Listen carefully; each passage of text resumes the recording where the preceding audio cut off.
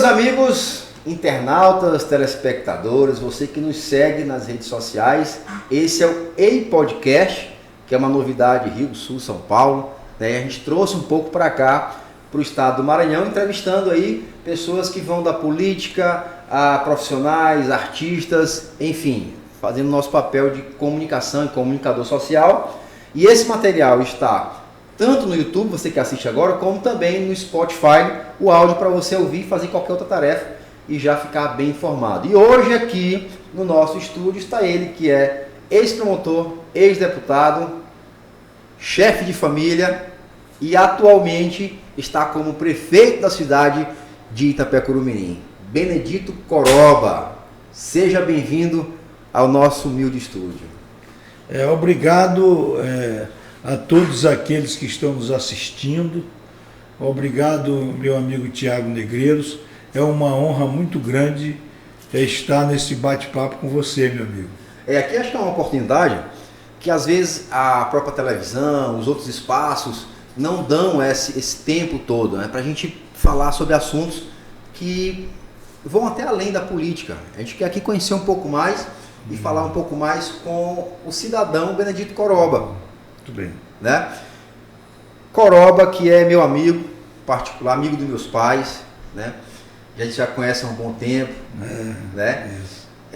Acaba de ter uma vitória aí maravilhosa como prefeito. Mas antes disso tem uma história política já, né, Coroba? Você é nascido em Itapecuru?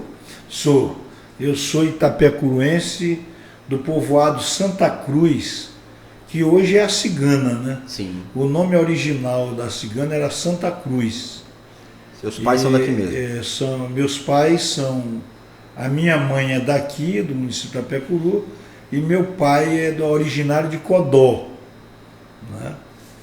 E se conheceram aqui porque meu avô paterno veio para assumir o cartório do primeiro ofício na década de 50. Né? Ele havia se separado da minha avó, veio ele e meu pai. Né? E chegando aqui, assumiu o cartório, né? Passado um tempo ele casou com Dona Adélia Matos, né? E o meu pai então também casou com minha mãe, que era filha daqui. Eu sou o primeiro filho de 8 irmãos, sou o mais velho. Na década de 60, em 64, aliás, no ano de 1960, o meu pai foi para São Paulo, né, a busca de melhor situação, a busca de trabalho, de melhorar sua condição financeira. E logo em seguida minha mãe foi. E eu fiquei com meus avós maternos. Então eu fui criado pelos meus avós maternos, meus avós. Nasci em Santa Cruz, Cigana, e com 3, 4 anos, mais ou menos, eu vim para Itapecuru. Daqui foi estudar em São Luís? Na década, fiz aqui o ensino fundamental, primário e ginásio, fiz o segundo grau, que hoje é ensino médio, em São Luís. Naquela época não existia ensino médio aqui. E em 1977, no meu primeiro vestibular, eu ingressei no curso de Direito. Ainda não tinha completado meus 18 anos. É mesmo? Estudava onde, São Luís? Eu estudei... No liceu? Eu estudei passei pelo liceu, né? Tive uma passagem também pelo Colégio São Luís, e depois fui para o curso de Direito na UFMA. Essa geração toda passou pelo liceu, né? Essa sua geração. A grande parte. Era o grande colégio da época. Era o grande colégio da época. E eu me lembro que já na década de 70, né, eu ingressei no curso de Direito em 1977, né? Na minha turma, por exemplo, existiam muitos alunos pobres do interior, né? Embora tivesse uma parte considerável de alunos, oriundos já do Colégio Marista, do Colégio Batista, do Dom Bosco, né? Que era um colégio particular. Particulares e boas escolas. Mas, por exemplo, na minha turma, existiam muitos alunos do interior e de colégios públicos, né? Em 1977. Já pensava? Sim, pois não. Você já pensava em ingressar na carreira do Ministério Público, algum cargo assim? Não. Queria advogar mesmo? Eu, na verdade, fiz meu curso voltado para a advocacia. A advocacia sempre me encantou e eu, na verdade, fiz o meu curso de Direito voltado para o exercício da advocacia. E a política? Depois veio, logo em seguida você foi candidato, chegou a ser candidato a prefeito de Itapecuru, primeiro foi deputado, depois candidato a prefeito, como é que foi essa ordem? Não, é o seguinte, eu entrei na política por uma circunstância da minha vida profissional. Porque eu me formei ainda muito jovem e montei meu escritório em Itapecuru, escritório humilde. Naquela época não existiam quase advogados. Eu praticamente era um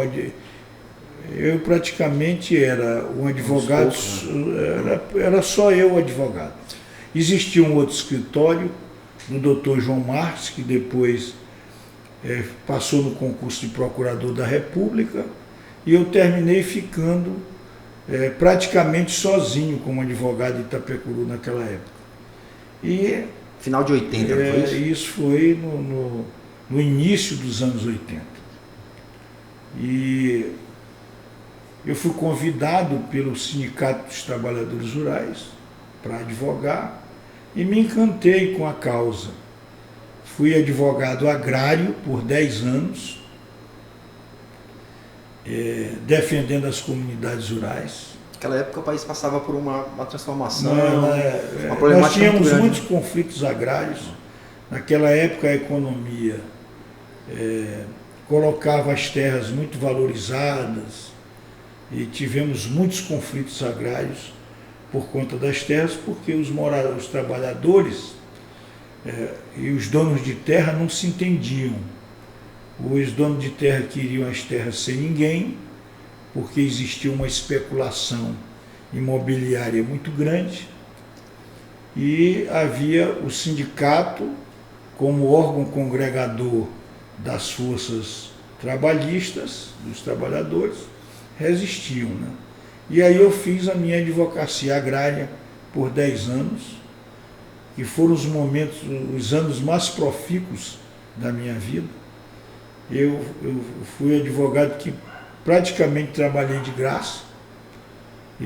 Para manter a minha família, para ganhar dinheiro, ganhava fora. Ganhou muito porco, pato, galinha. Isso. O povo mais humilde presenteando. E foi uma época áurea da minha vida.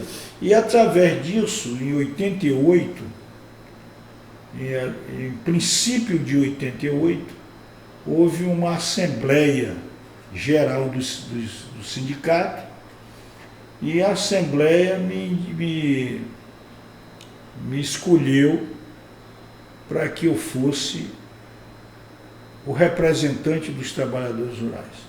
Eu inicialmente queria ser candidato a vereador, mas os trabalhadores, não, nós temos que ter um projeto mais ousado, e eu fui candidato a prefeito em 1988. Disputou nessa época com quem aqui? Os candidatos eram o seguinte: o Zé Lawande, que era o candidato... Era o prefeito atual? Não. O Zé Lawande não. Quem era o prefeito era Zé Carlos Rodrigues, e os candidatos eram o Zé Lawande, que tinha um nome à época muito forte. Zé Lawande vinha de um mandato anterior ao de Zé Carlos. O Zé Carlos, onde ele teve um apoio grandioso do governo João Castelo e construiu praticamente a nova cara de Itapecuru. Construíram o hospital Adélia Matos Fonseca, o estádio de futebol, o fórum, a Câmara, o colégio Newton Neves, não é? O governo João Castelo o foi um governo SEMA, construtor a ponte, né? e pavimentaram a cidade. Na verdade, foi uma obra gigantesca do governo do estado aqui. E isso promoveu o prefeito, né? O Zé Laonde saiu muito bem avaliado do governo. Logo em seguida, Zé Carlos o sucedeu, e após Zé Carlos ele voltou. Porque ele era um nome forte, imbatível à época, mas assim mesmo nós enfrentamos. Então foi o Zé Laonde que ganhou a eleição, eu, doutor Fernando Curtius, o Totônio e o Bernardo Careca, né? Não, candidatos todos, mesmo, que era Zé Laonde, você? Doutor Fernando. Todos esses eram candidatos? Era Zé Laonde, eu. O Curtius também foi candidato? Curtius, Fernando, Totônio e Bernardo Careca. Eu, na verdade, ainda fiquei em segundo lugar, mas enquanto Zé Laonde teve aí em termos de torno de 4.000 e poucos votos, eu tive 1.600 e poucos votos. Eu sei que somados todos nós ainda perdemos para Zé Laonde, com a somatória. Mesmo se a oposição se juntasse, não tinha conseguido. Não conseguiria ganhar. Mas a política ela vem de uma forma que ela impregna, né, na gente. Exatamente. Aí logo em seguida você foi deputado estadual. Em 1990, 2 anos depois, eu fui candidato, fui convidado pelo saudoso Jackson Lago, que já era prefeito de São Luís, porque o primeiro mandato de Jackson como prefeito foi em 88. Sim. Né? E ele, já prefeito de São Luís, me convidou para a gente fortalecer o partido. Eu era do PDT, para ser candidato a deputado. Ele queria ter um grupo grande de deputados, e nós fizemos naquela época, no estado do Maranhão, na eleição de 90, uma terceira via. Existiam na eleição de 90, para o governo do estado, os candidatos Edson Lobão e João Castelo. E nós lançamos a terceira via na oposição, que era exatamente Conceição Andrade, que era a nossa candidata a governador. Eu não me recordo agora quem era o nosso candidato a senador. Nós tínhamos também um candidato a senador. Eu não sei se era Haroldo Saboia ou outro, não estou lembrado. E nós fizemos uma boa daquela época. E nós fizemos uma bancada nessa eleição. A Conceição foram para o segundo turno Lobão e Castelo. A Conceição não foi nem para o segundo turno.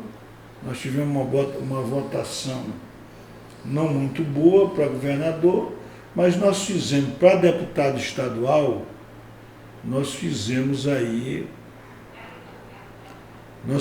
5 deputados estaduais. Eu pelo PDT, Dutra e Vila Nova pelo PT, e Zé Costa e Juarez Medeiros pelo PSB. Fizemos uma bancada estadual de 5 deputados.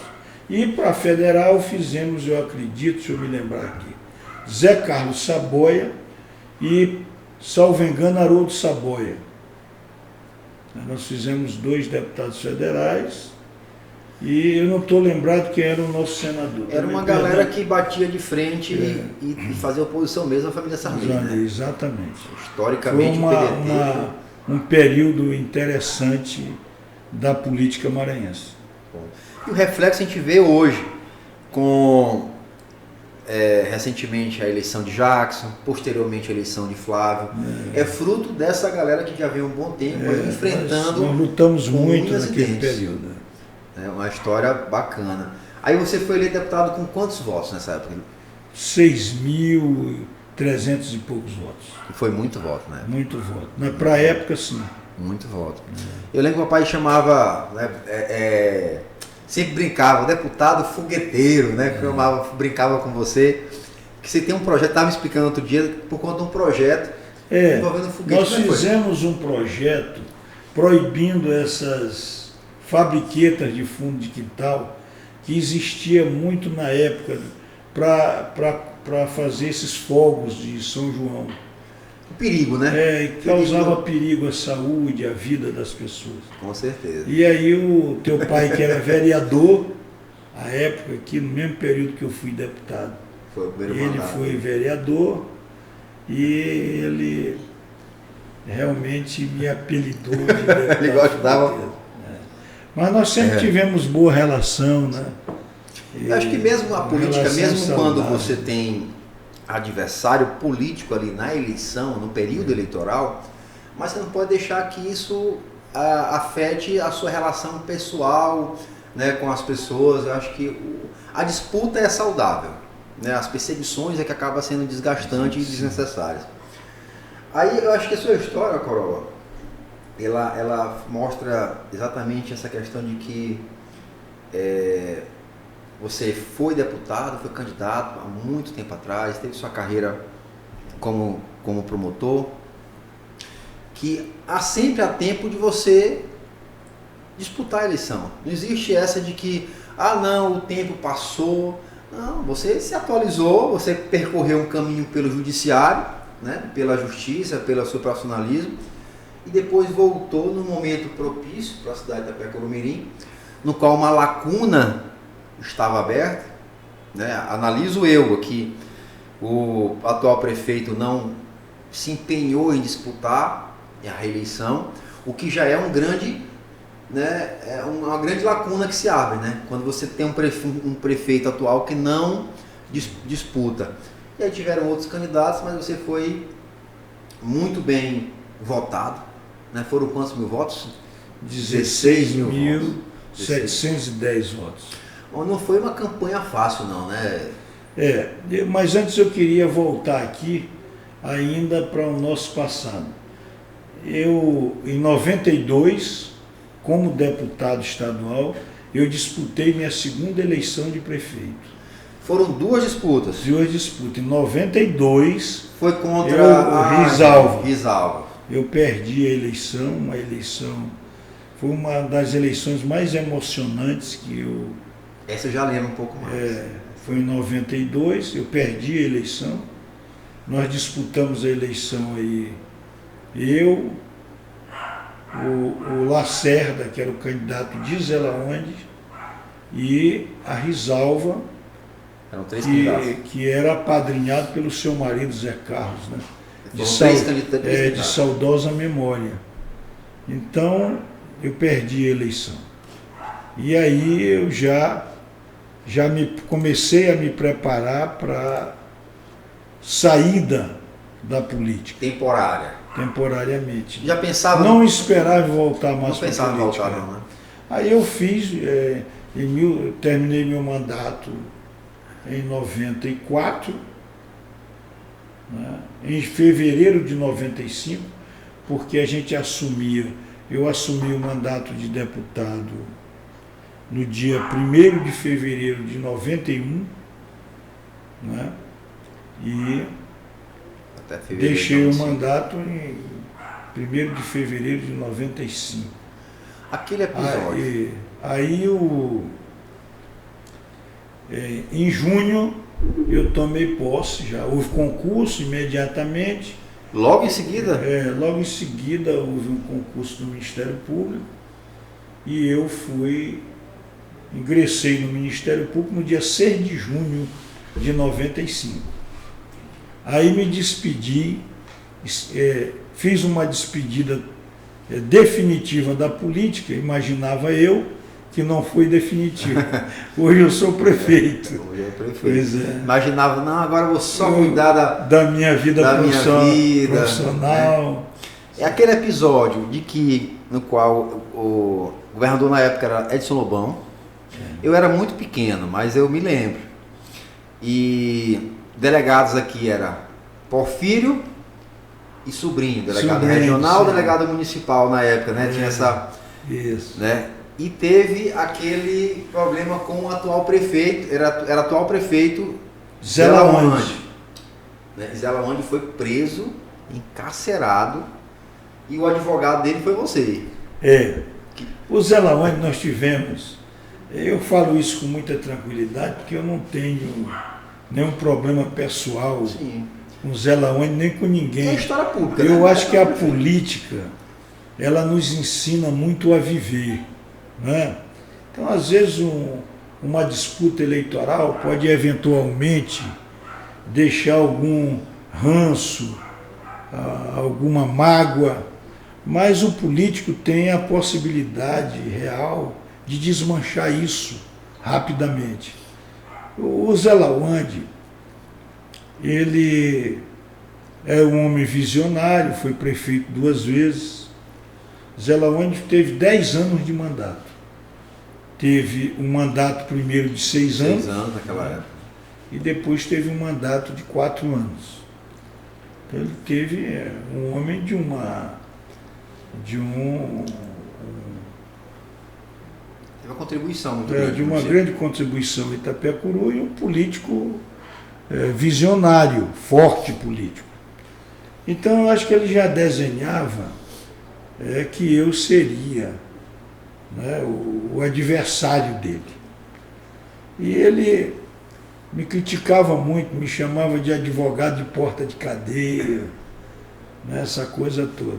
E para você ver como é o destino, eu vim depois, numa circunstância, ser o advogado dele, circunstancialmente. Quando foi preso. Quando ele foi preso.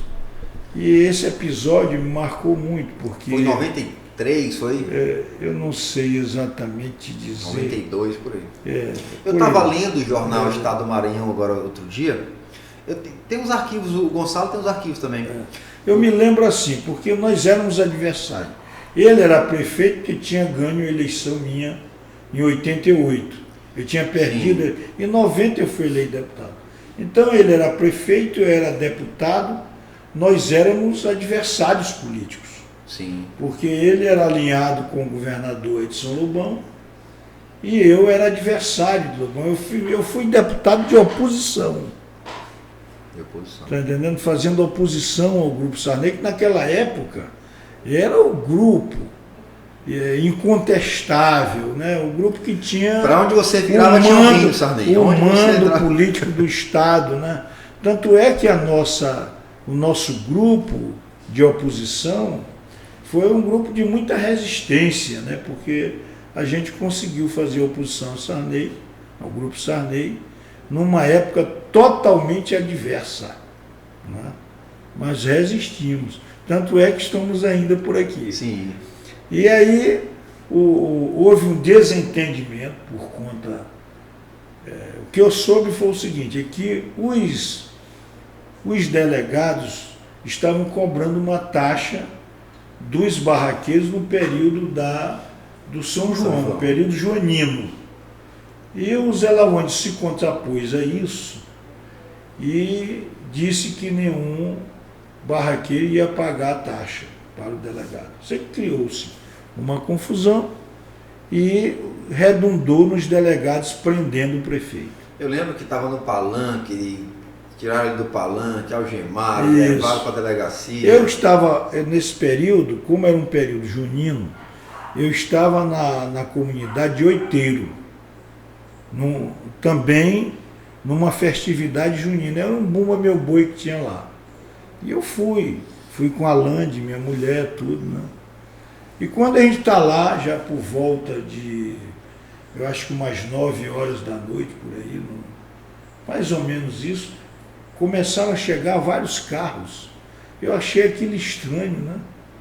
E as pessoas chegaram ali e disseram, olha, Coral, os delegados acabaram de prender o prefeito Zé Lawande. Os advogados que foram acionados nem sequer conseguiram entrar, né, porque tinha a polícia impedia e a situação está insustentável. Só você pode resolver esse problema. Olha o pepino que eu peguei. Itapecuru pegando fogo. Pegando fogo. Eu na verdade era deputado estadual e advogado. Né? E consegui entrar na delegacia. Tive uma conversa com o sobrinho e com o Porfírio. Os convenci de que era melhor eles liberarem o Zé Lawande, porque a situação ia ficar pior ainda. Zé Lawande era o prefeito, ele tinha foro privilegiado, né? E eles então disseram, então, Coroba, leva ele e tal. Então eu consegui a liberação do Zé Lawande, o levei até sua casa, né? E eu, na verdade, fiquei muito feliz com isso, porque eu acho que ele não esperava que um dia eu fosse fazer um grande favor para ele, né? Ser seu advogado circunstancialmente. E teve uma repercussão grandiosa disso aí, porque houve uma repercussão logo em seguida na Assembleia Legislativa, né? O certo é que o episódio foi marcante e não se esqueceu desse episódio. Itapecuru não se esqueceu. Não se esquece. Vira e mexe, fala aí. Exatamente. Faz parte da história, né? Um fato meio que inusitado. Isso né? aí. Enfim, e aí você terminou o mandato em 95. Ingressei. O Ministério Público, eu fiz, na verdade, 2 concursos para o Ministério Público. Quando eu era deputado estadual ainda, eu fiz um concurso para o Ministério Público, passei. E pedi ao Ministério Público que me aguardasse eu concluir o mandato para assumir o meu cargo. Foi direto para onde? Primeiro lugar que você estou dizendo esse é o primeiro episódio. Eu passei ainda como deputado. Sim. E o Ministério Público negou e deferiu o meu requerimento, dizendo que eu tinha que assumir logo. Então eu, como deputado, eu acho que final de 93, eu fui nomeado promotor. E eu perdi o concurso porque eu fiquei no mandato. E em 95 teve outro concurso, então nesse eu passei de novo e assumi. Passou em um, passa em outro, né? É verdade. Então eu passei, eu talvez seja o promotor do Maranhão que tenha feito 2 concursos. Né? Fiz um em 93 e o outro em 95. Ficou na berlinda ali, né? Ou continua o mandato, ou vou logo assumir. Isso. Arriscou, ficou no mandato. E aí eu ingressei, como te disse antes, ingressei no dia 6 de junho de 95 e fiquei até o dia 12 de setembro de 2018, né, quando eu requeri a minha aposentadoria. Né? Quantos anos foram, Diego? De 24 anos, eu somei o tempo anterior que eu já tinha de trabalho, né? E aí nós tivemos aí mais de 35 anos de serviço. Né? Nesse período como promotor, muita história, muitos desafios. Eu lembro bem que um caso que deu grande repercussão, o caso Bertin. Isso. Né? E muitos outros casos, você atuando aqui na comarca de Vargem Grande, trabalhou em Chapadinha também, aqui respondeu por um tempo aqui em Itapecuru também, né? Onde mais? Eu, na verdade, quando eu cheguei no Ministério Público, eu já cheguei com uma missão. Eu era, além de ter sido, como eu falei, advogado defensor dos trabalhadores rurais, eu também atuei muito no júri. Né? Eu tinha uma atuação como advogado no júri. Quando eu cheguei no Ministério Público, eu fui logo convidado para compor uma equipe do Ministério Público, que era a equipe do júri. Então eu fiz júri por esse Maranhão todo. Como advogado? Não, como promotor. Tinha uma atuação antes como advogado, quando eu era advogado, e quando eu cheguei no Ministério Público, eu fui convidado para compor a equipe chamado Grupo do Júri no Ministério Público. E nós fizemos centenas e centenas de júri nesses 24 anos. De modo que eu atuei nos casos mais rumorosos do júri no Maranhão. né? E essa é uma das coisas que eu tenho saudade do Ministério Público, pela minha atuação no júri, né? Então eu atuei em muitas comarcas do estado. Muitos casos. Viajei o Maranhão todo, nesses 24 anos. E nesses casos todos, o que mais lhe chamou a atenção, ou pela dificuldade, pelos rumores que, né, teve o caso de Décio Sá, Estênio Mendonça, delegado que foi morto na litorânea, vários tiros. Qual desses, não sei se esses ou outro, qual que lhe chamou mais a atenção?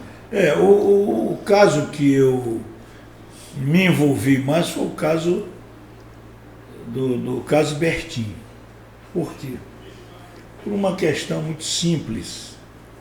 O Bertinho ele foi eleito prefeito de Presidente Vargas, que era um município integrante da comarca onde eu trabalhava, que é Vargem Grande. E me chamou a atenção que durante a campanha eu não conhecia o Bertinho. Nunca eu, como promotor eleitoral, cheguei a vê-lo. Quando eu ia para as reuniões, ele nunca estava e assim.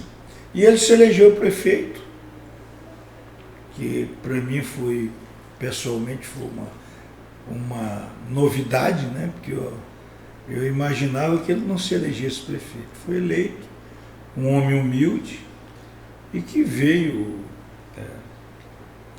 ser assassinado em março de 2007, um dia trágico, e eu me envolvi por várias coisas. O Bertinho, ele, faltando assim uns 20 dias para ele ser assassinado, ele me procurou muito apreensivo, dizendo que queria uma conversa particular comigo. E eu me coloquei à disposição dele. Olha, eu converso com você e tal. E ele não me apareceu mais. E numa manhã de dia 7 de março de 2007, alguém me ligou e dizendo assim: olha, Cora, o Bertinho foi assassinado agora na Cigana, exatamente no local onde eu nasci. Sim. No povoado onde eu nasci, nos limites do município de Itapecuru. Foi um caso de grande repercussão, porque é a morte de um prefeito, né? E eu instaurei de imediato uma investigação sobre sobre algumas notícias de desvios de recursos na prefeitura. Após a morte, muitos rumores eu instaurei. E o crime foi cometido nos limites territoriais de Itapecuru. O crime ficou com o Ministério Público aqui de Itapecuru, os promotores daqui, e a parte cível, a apuração de improbidade administrativa ficou comigo. Os dias foram se passando e eu fui convidado para assumir o caso de Bertinho, o caso criminal.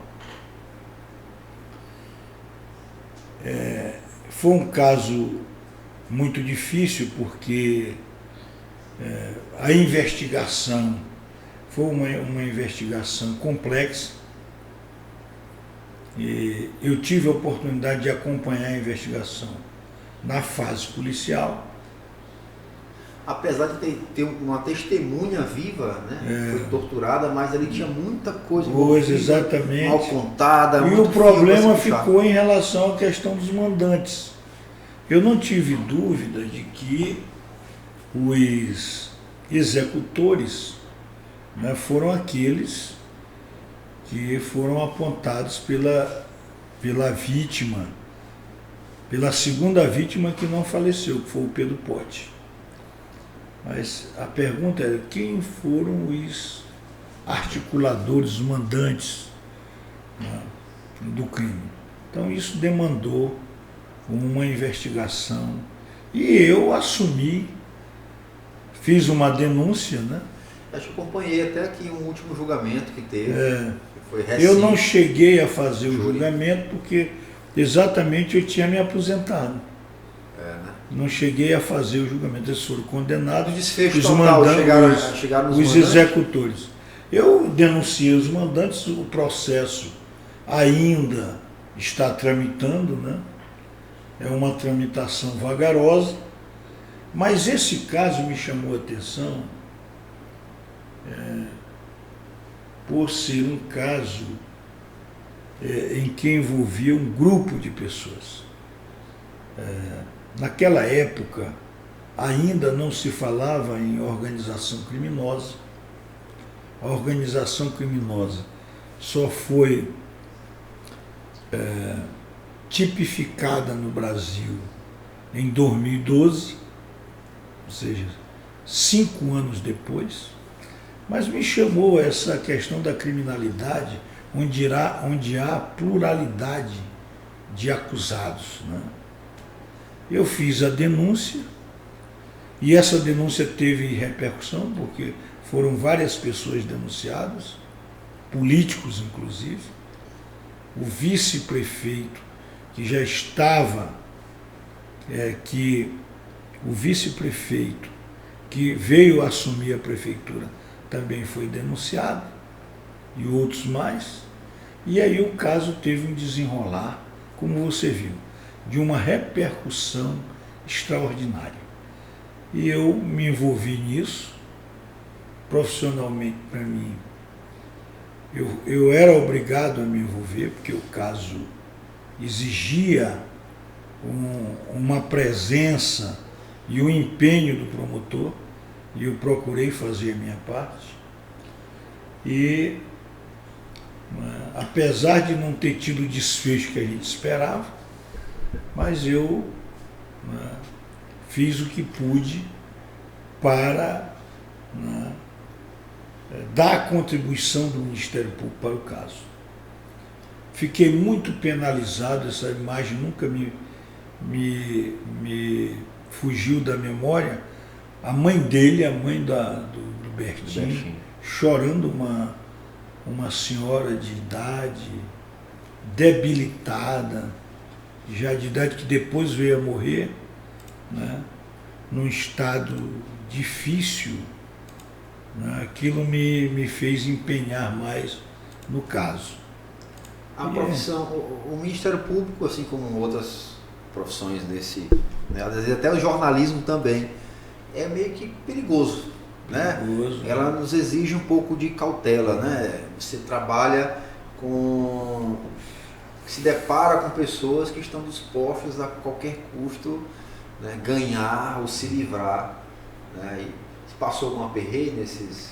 Olha, nesses meus 24 anos, eu fui ameaçado várias vezes.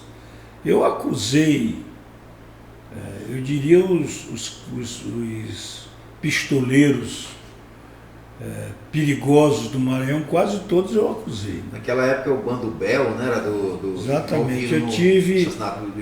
a minha atividade profissional foi uma atividade intensa, né, de muito perigo, mas eu concluí a minha jornada no Ministério Público e Mas chegaram a fazer já, além de ameaça, chegaram a cometer alguma coisa, tentar alguma coisa? Não passaram das ameaças. Logo, eu sou cristão, acredito muito em Deus, a fé vai e acho que o exército de anjos, protege. Todos esses anos, me protegeram. Tem que proteger. Porque, tá bom. E nesse período todo, muitas coisas aconteceram aí, que a gente viu, muitos casos. E fato engraçado, assim, teve algum... Né, muitos casos. Que chega, porque às vezes chega, eu estava uma vez aqui na promotoria, aqui em Itapecuru há pouco tempo, e para tratar justamente de denúncia também, que eu já me envolvi muito, já denunciei bastante, né, políticos principalmente. Tinha um rapaz que chegou pedindo ajuda do promotor para um caso que ele tinha saído de casa e ele queria voltar para buscar as coisas dele particular, que a mulher não deixava, a mulher disse que ia dar uma facada nele. E eu fiquei olhando aquele e falei assim, imagina o tanto de coisa que vem bater aqui na promotoria. O Ministério Público... que não tem nada a ver, na verdade. Eu, na minha atuação, eu reservava às sextas-feiras de toda semana, isso eram 4 atendimentos por mês.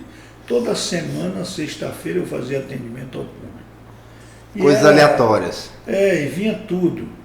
Eu me lembro que na comarca de São João Batista, na Baixada Maranhense, o cidadão chegou e pediu que o Ministério Público intervisse num caso, né, em que a sua vizinha, o camarada dizia que a vizinha dele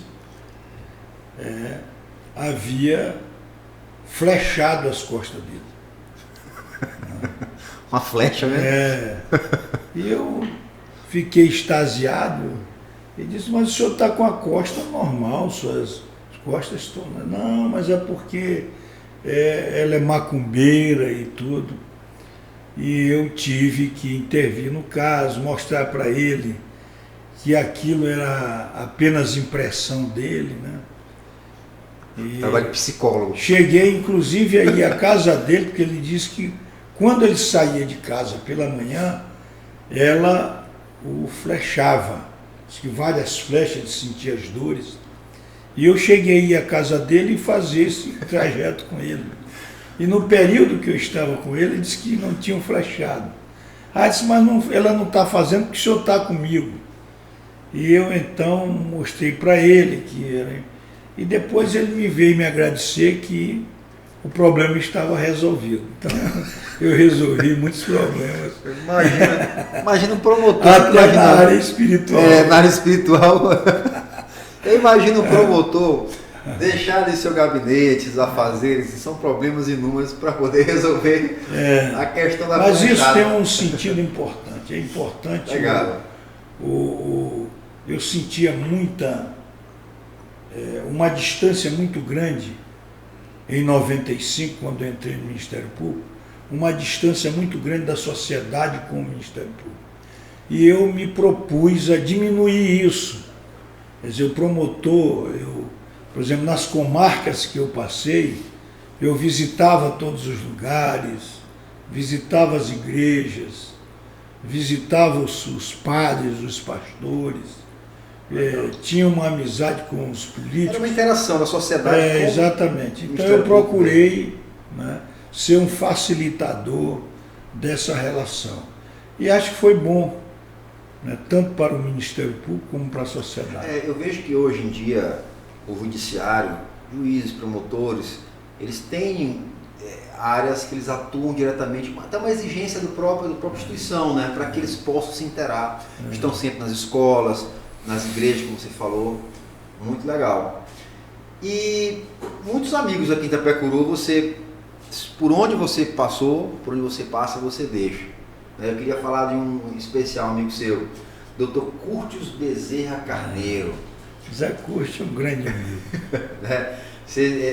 Durante muito tempo a gente se encontrou na casa dele lá em Chapadinha. Ele disputou, eu não sabia, mas ele disputou a prefeitura. Foi meu adversário político, inclusive. Nós tínhamos um problema sério, porque Zé Curtius, vou relembrar uma história engraçada. O Zé Curtius foi meu médico, porque ele foi o primeiro médico que chegou em Itapecuru. Foi o meu médico de várias gerações, e foi médico das minhas filhas. E nós tínhamos um problema pessoal, éramos adversários políticos, tanto é que em 88 nós disputamos a eleição. Ele numa candidatura e em outra. E ele dizia assim para minhas filhas, diz para teu pai irresponsável, cuidar de ti. Então nós tínhamos um problema. Ele, nessa campanha de 88, ele fez uma propaganda negativa minha. Anos atrás, antes de 88, nós fizemos uma convenção do PDT. Fizemos a convenção e, após a convenção, nós fomos para a danceteria, Boate 404, que era lá do Siqueira, né, ali na rua Benedito Leite, ali em frente, praticamente em frente ali ao Clube das Mães. Ali era uma danceteria, né? E nós fomos para lá depois da convenção. Ficamos lá, quando foi 4 horas da manhã, alguma das pessoas que estavam lá conosco, do nosso partido, rapaz, cadê o livro de atas? Quer dizer, nós subtraíram o livro de atas na boate lá 404, na danceteria. E o Curtio soube disso. Aí o Curtio dizia, rapaz, como é que nós pudemos eleger um prefeito irresponsável que até a ata da convenção ele perdeu? Não cuida nem da ata da convenção, como é que ele vai cuidar do município? Mas você vê como é que é a história da vida, né? Em 1995, eu tinha ingressado no Ministério Público e fui para a ABB. E nós tivemos, o local de lazer era a ABB. E não sei por que circunstância eu fiquei na mesa com o curso. E dali então nós tomamos bastante cerveja nesse dia. E dali nós nos tornamos amigos, rapaz. Então de 1995 até hoje nós somos grandes amigos. Eu tenho saudade Só dele. Mudou da cerveja para o vinho. Sou da cerveja para o vinho. Hoje ele está com 84 anos, ainda tomando vinho. E ainda, um dos grandes amigos, um dos maiores amigos que eu tenho. É um baluarte. Eu agradeço diariamente a Deus pela amizade que tenho com ele. Você foi muito e mandar um abraço para ele também. Com certeza, eu pedi para mandar essa matéria, essa entrevista para ele. Grande amigo. E uma referência para mim, né? Porque o Curtius, ele é um cidadão honrado, um exemplo, e eu acho que grande parte dos méritos que eu tenho adquiri na minha vida, devo a ele, como um bom amigo, um bom conselheiro. Bom. Do PDT direto para o PSB. Como é que você foi parar no PSB? PSB, eu era deputado, fui eleito pelo PDT, e fui depois, 2 anos depois, eu fui para o PSB. Por que fui para o PSB? Eu tive algumas divergências internas no PDT. Eu já não estava me sentindo bem no PDT. A geração depois de Jackson ali meio que complicou o partido. Eu fui para o PSB e agora, depois de aposentado, quando voltei para a política, me filiei ao PSB porque era o partido que eu me filiara, né? E partido que eu vim até no ingresso no Ministério Público. Então, era o meu partido anterior. Então, eu, quando voltei para a política, a convite também do Índio do Brasil, que é o presidente do partido, ele me convidou e eu já estava mesmo propenso, e aí me filiei ao PSB e hoje sou filiado ao PSB, sou um dos prefeitos do PSB. Muito bem. Tem apoio do Bira, do Pindaré? O Bira é o nosso deputado federal, né, e tem nos ajudado, né, esteve aqui comigo. O Bira não participou da nossa campanha de prefeito, porque ele era candidato a prefeito em São Luís. Né? Mas esteve aqui no Nós somos seu ato de filiação. Ele teve 2 atos importantes, que foi na minha filiação partidária e também na nossa convenção. Ele esteve aqui juntamente com o presidente do partido, o Luciano Leitor, então prefeito de Timon. Não foi uma campanha fácil, né? Chamava aí o candidato liso, né? O candidato liso, mas toda campanha tem um custo, né? Você tem que custear. Existe 2 lados, acredito eu, do custo da campanha, né? Tem aqueles que ainda acreditam na compra do voto e tem o custo normal do som, do santinho, de militância, né? E esse custo, como é que foi para você que veio do Ministério Público? Você teve ajuda de amigos? Como é que você conseguiu conduzir a campanha? A campanha foi conduzida assim. Uma das dificuldades que eu tive Primeiro, eu tive dificuldade de me convencer de ser candidato, né? Eu me aposentei em 2018, comprei um sítio aqui na Mata e vim para cá para morar aqui, né? Minha cidade, minha terra, e eu queria ficar na minha aposentadoria aqui. Quando cheguei aqui, algumas pessoas falaram: tem que ser candidato, é importante tu ser candidato, e eu não acreditava inicialmente que nossa candidatura fosse ter a grandiosidade que teve. Primeiro que eu não tinha partido, não tinha grupo, porque quando eu deixei a política, o nosso grupo se dissolveu. Foi o período que entrou Júnior Marreca, e Júnior Marreca praticamente ficou com o nosso grupo todinho, que era meu, acabou indo para compor o grupo do Júnior, né, que foi prefeito 2 vezes, foi deputado federal, hoje tem o neto, seu filho, deputado federal. E eu, quando voltei, não via espaço político para minha atuação, porque nós tínhamos aí o grupo Laonde, né, representado por Miguel, né, e o grupo do Júnior. Eu não via espaço para uma candidatura minha, a princípio, né? O tempo foi passando e eu vi que a gente poderia formar um grupo. Mas os políticos estabelecidos não simpatizaram com a nossa candidatura. Tanto é que nós tivemos uma eleição em que houve uma união grandiosa dos políticos de Itapecuru, né, contra a nossa candidatura.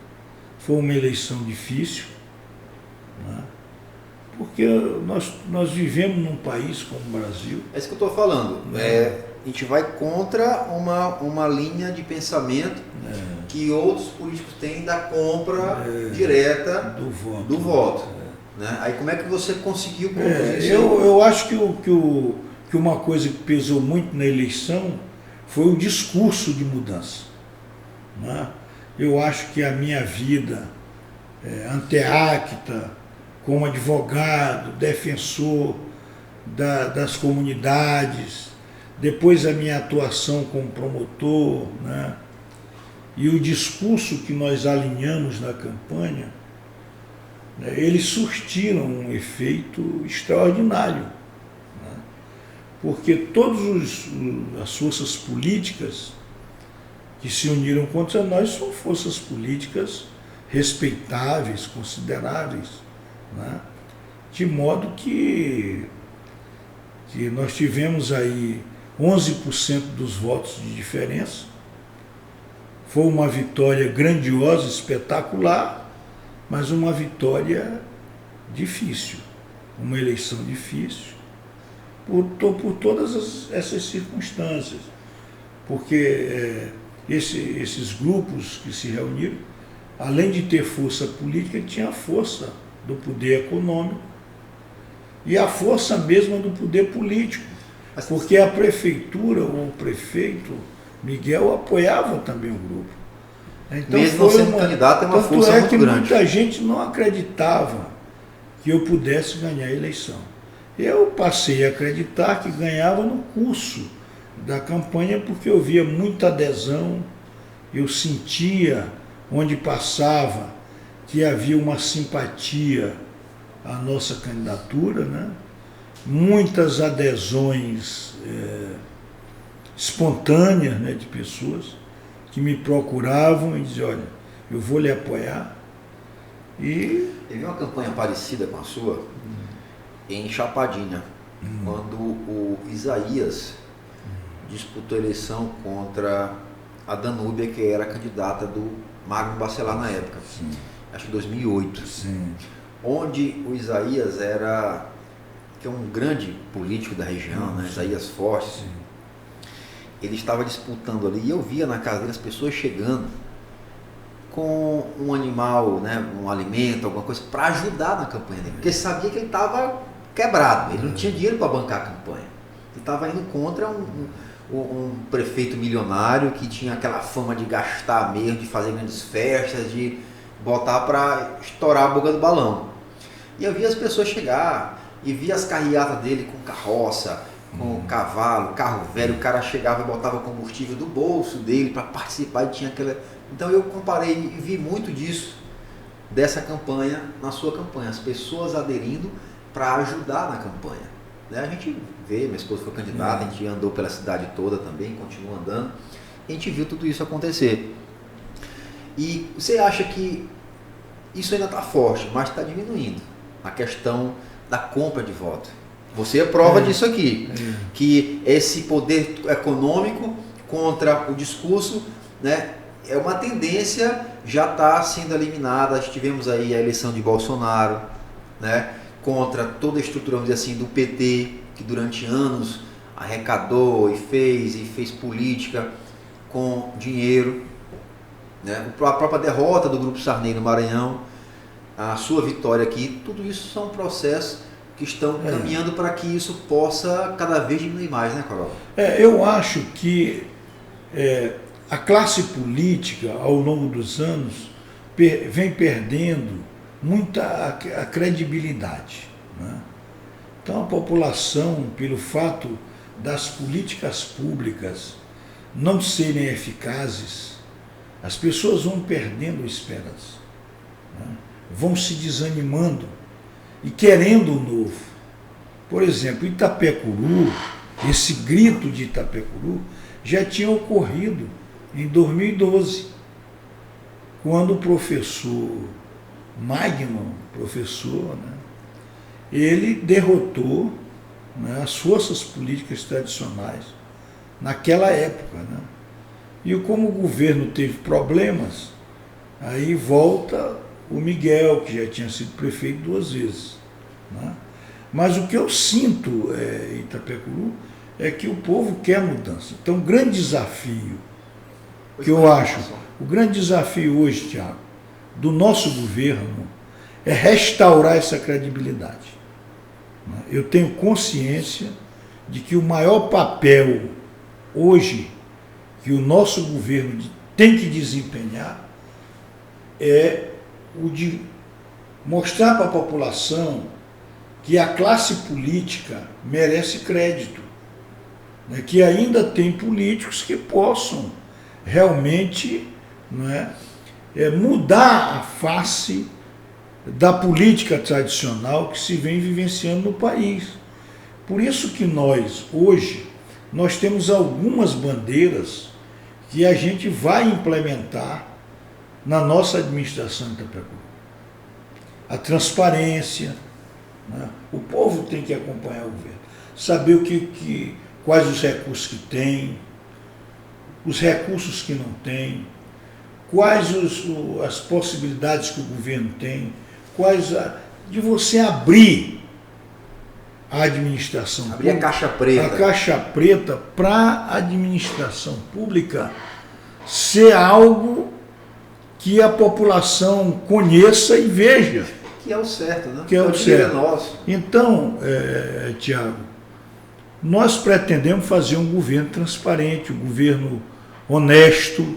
Essa é a nossa meta. Né? Eu tenho dito sempre que eu tenho 3 grandes compromissos nesse governo. Primeiro, o meu compromisso é com Deus. Ninguém engana a Deus. Não adianta eu estar dizendo aqui que vou fazer um governo honesto se eu estiver fazendo amanhã tramóias, praticando corrupção, etc.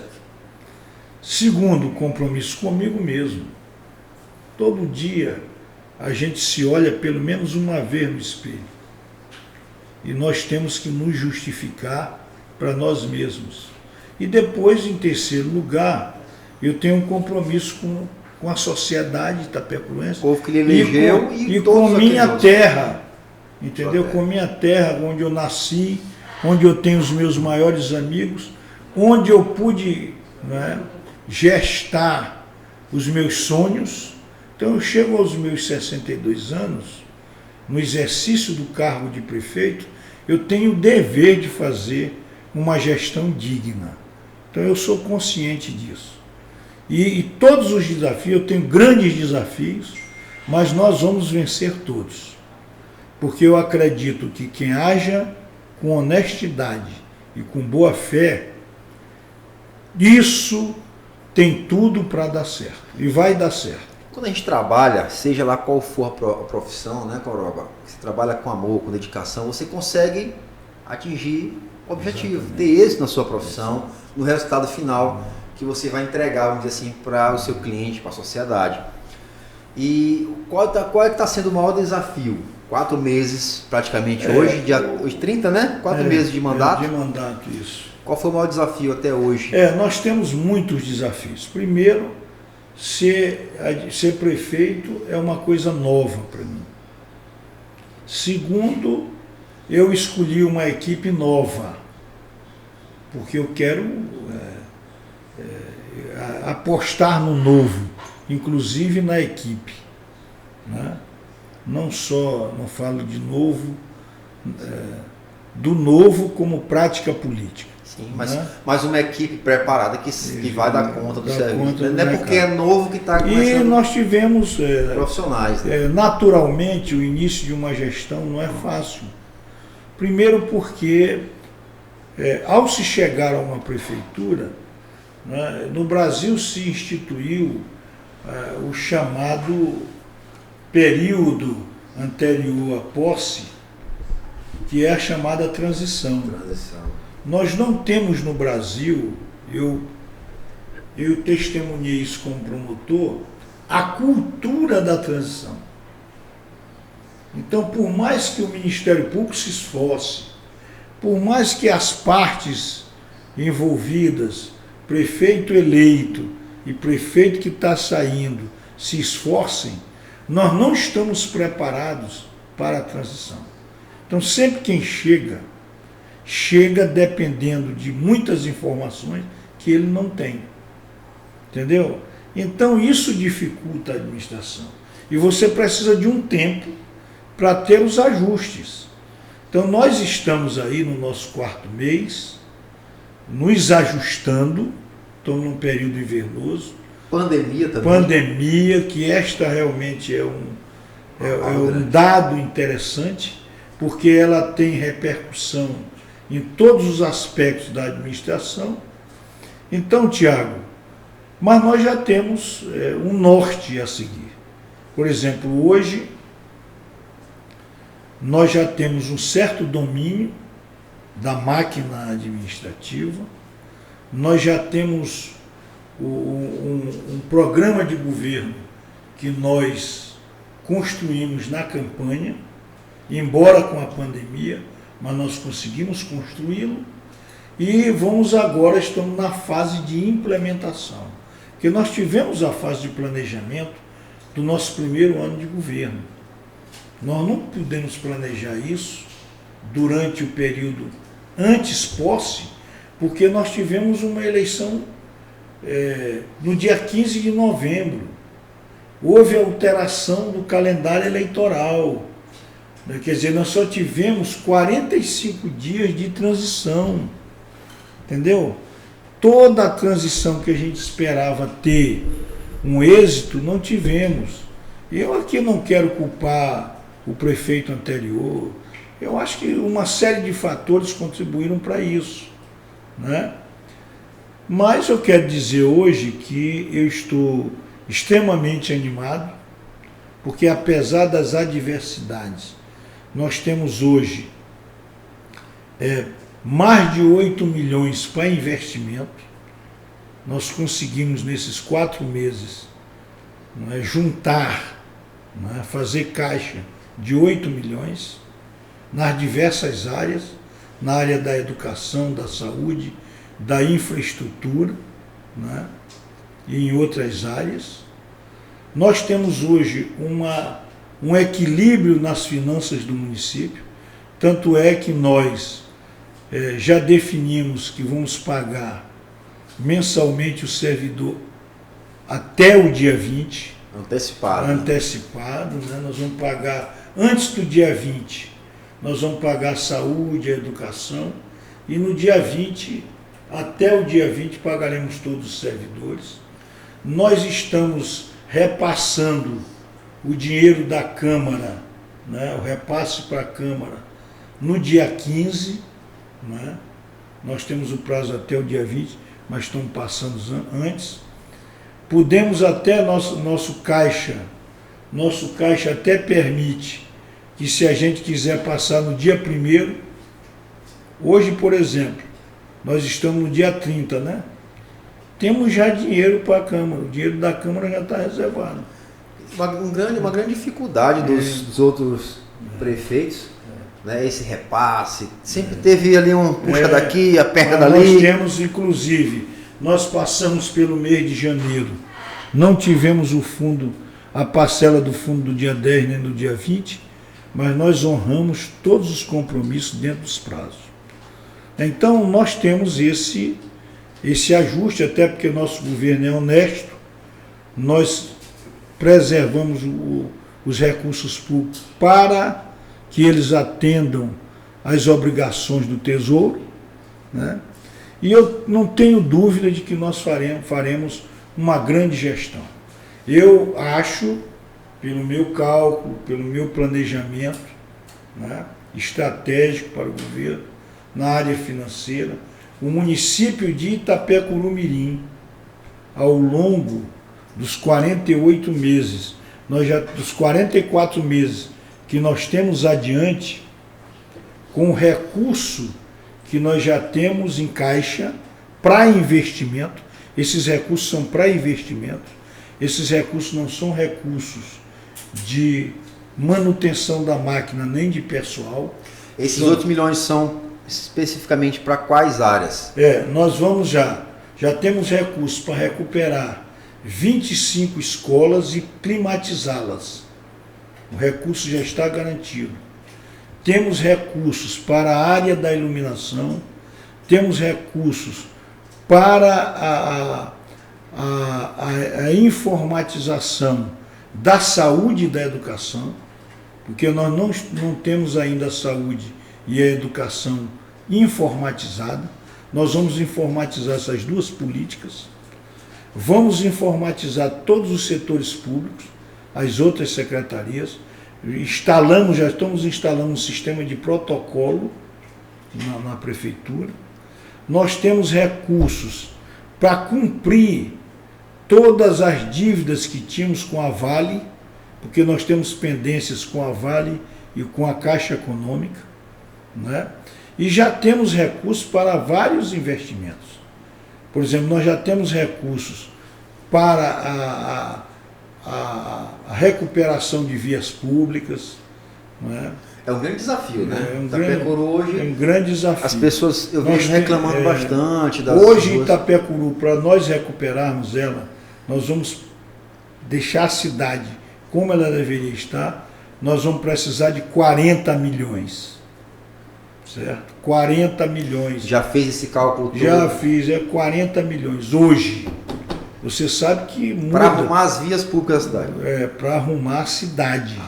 Nós precisaríamos de 40 milhões. E já temos algumas promessas, mas eu quero fazer um governo pé no chão.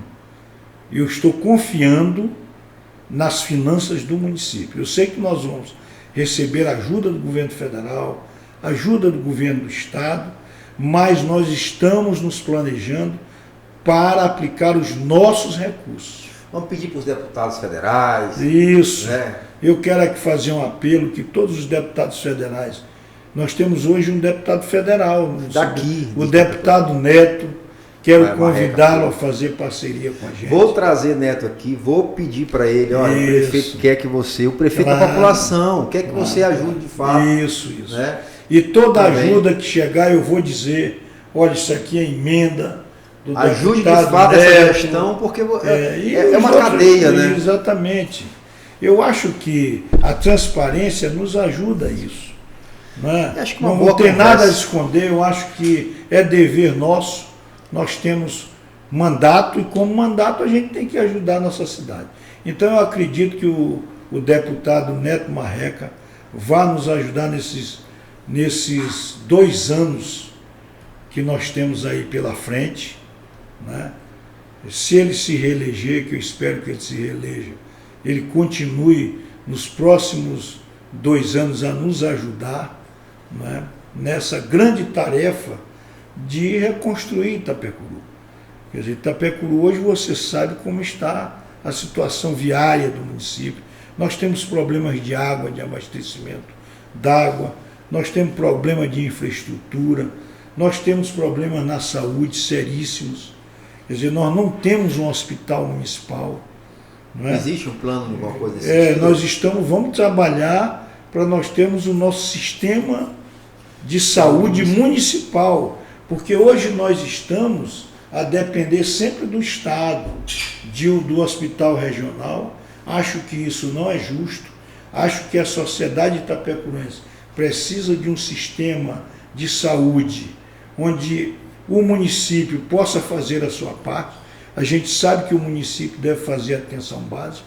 Itapecuru é um dos poucos municípios do Brasil que não tem hospital municipal. Então acho que isso é um desafio e nós vamos trabalhar duro para, não é, restaurar esse sistema de saúde municipal, né? Vamos tentar melhorar a nossa educação. Nós estamos lá embaixo no IDEB, entendeu? Nós estamos aí na casa do 100º lugar. Nossa meta é nos aproximar aí dos 5 primeiros, 10 primeiros. Nós vamos lutar por isso. Que não é fácil, mas dá para fazer. Dá para fazer.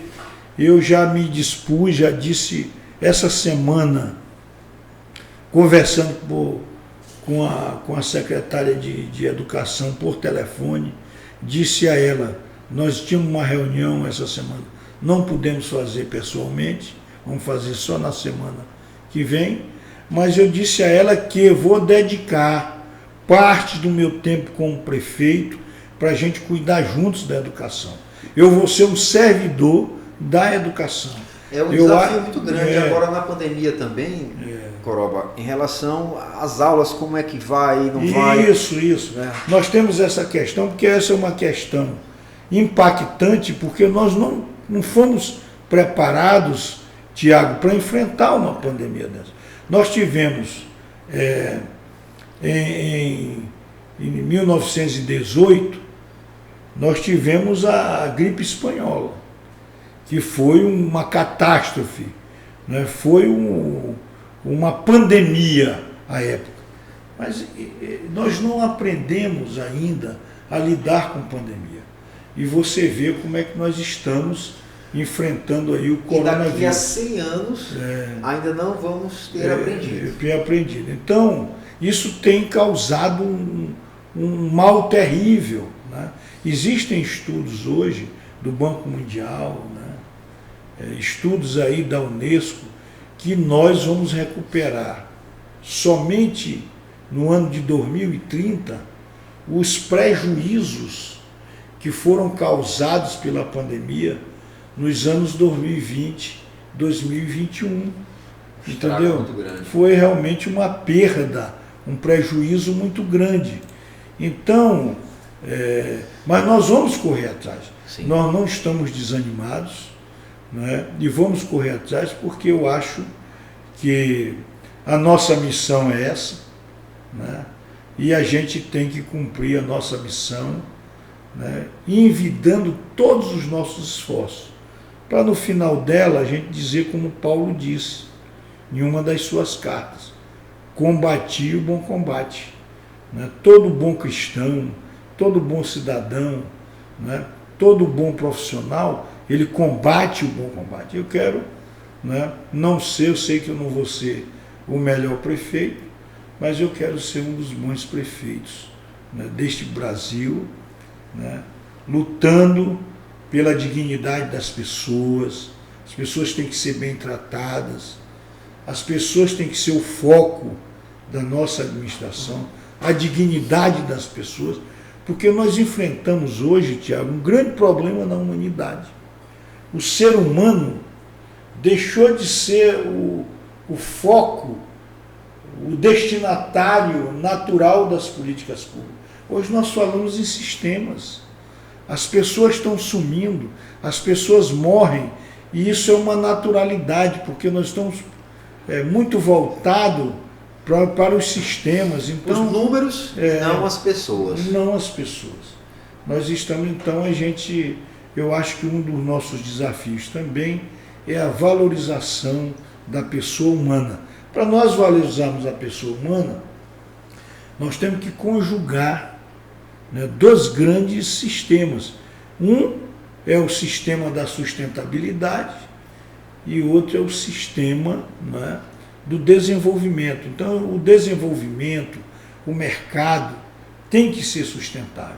Nós não vamos contabilizar riqueza se existem pessoas passando fome. Nós não vamos contabilizar desenvolvimento com pessoas morrendo de fome, pessoas que morando em habitações desumanas. Enquanto a gente não equacionar essa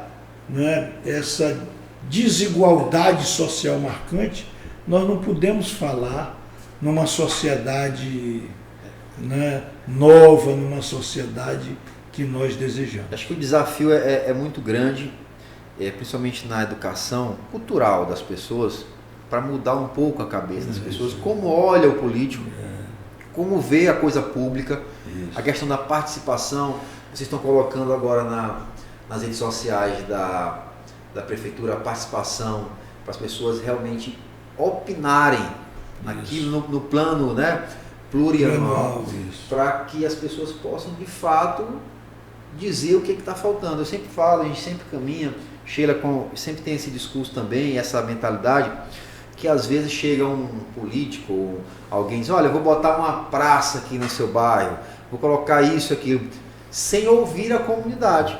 Não adianta você botar uma biblioteca onde eles querem uma quadra. Isso. Não adianta colocar uma quadra onde quer uma biblioteca, uma escola, uma creche. Então você tem que ouvir a comunidade, a população. E o seu governo está de parabéns. Como eu falei, os desafios não são poucos, porque você pegou aí agora apenas 4 meses de mandato, um inverno rigoroso, uma pandemia desastrosa, né, que nos afetou diretamente. Você foi vítima também do Covid. Foi, rapaz. Inclusive, vamos aproveitar aqui para agradecer a Deus pela nossa vida, né? Você foi um vencedor, eu também venci o Covid. E vamos torcer para que muitos irmãos nossos que hoje estão em UTI, estão entubados, ou mesmo em casa, que consigam, né, vencer o Covid, casa, que é terrível, né? Eu tive meu pulmão comprometido em 80%. Então eu louvo a Deus estar aqui, vivo, e com esse ânimo todo de trabalhar por Itapecuru. Vamos trabalhar, que Itapecuru está precisando. É isso aí. Né? Eu nem coloquei nada na rede social, faça a sua pergunta. Eu acho que esse bate-papo aqui mais descontraído, você contar um pouco da sua história, um pouco desse processo para chegar a estar prefeito hoje, né? Você que é meu amigo, agradeço demais, espero que tenha gostado daqui da nossa... Rapaz, eu só tenho a agradecer aqui esse ambiente. Eu nem vi o tempo passar. Olha aí. Parece que a gente começou mais agora, de uma né? hora aí falando. Mais de uma hora. Obrigado, Tiago, por essa oportunidade. Esse momento para mim foi importante, né? Porque a gente revive o passado, a gente participa do presente e a gente quer contribuir para um futuro melhor. Amém. Nosso cenário aqui são coisas da nossa história. Isso. Né? Parabéns. A gente vai aos poucos, atrás de você aí tem uma máquina de escrever. Isso. Que era do velho Mundiquinho, meu avô, lá em Chapadinha. Pois é. Escreveu muitas cartas. Isso. Né? Você conheceu meu avô, não foi? Conheci. Foi prefeito, meu avô foi prefeito. Prefeito, um dos homens importantes da região do Baixo Parnaíba, do seu avô. Eu tenho a carta. É uma história bonita, uma história marcante. Né? Ele foi nomeado em 43 pelo interventor federal, ele foi nomeado prefeito. Eu tenho esse documento, essa nomeação dele. 3 anos depois ele disputou a eleição, ganhou, de 200 votos a 100 e pouco. Nessa época eram 500, 400 eleitores lá em Chapadinha, né? A gente fica orgulhoso assim de fazer parte dessa história, de contar um pouco, de ouvir as histórias, né? E poder colaborar com o nosso internauta. E o nosso material está disponível para você, sua família, seus eleitores, seus amigos, não só no YouTube, mas também no Spotify. Muito obrigado. Tá? Eu agradeço de coração. Tiago, obrigado mesmo. E nós estamos à disposição e vamos, com certeza, vivenciarmos, apesar da pandemia, vamos esperar que a gente passe por ela e que a gente tenha dias futuros promissores. Tá bom, eu quero você de volta aqui, né, para a gente contar um pouco mais. Já sempre à disposição. Vamos fazer aí um balanço de mais 6 meses, né, 4 meses. E parabéns pelo seu trabalho, né? Parabéns pelo trabalho da Sheila, né? Vocês fazem um trabalho importante e marcante, né? E que leva o nome de Itapecuru para outras searas, né? Isso. Parabéns pelo trabalho de vocês. Estamos sempre à disposição do Poder Público, dos seus secretários, né, para que a gente possa contribuir. Que além de televisão, internet, rádio, tudo isso, existe por trás o comunicador social, que esse tem um papel fundamental de informar, denunciar e contribuir com a educação no nosso município, no nosso estado. Obrigado, meu líder. Obrigado. Podcast.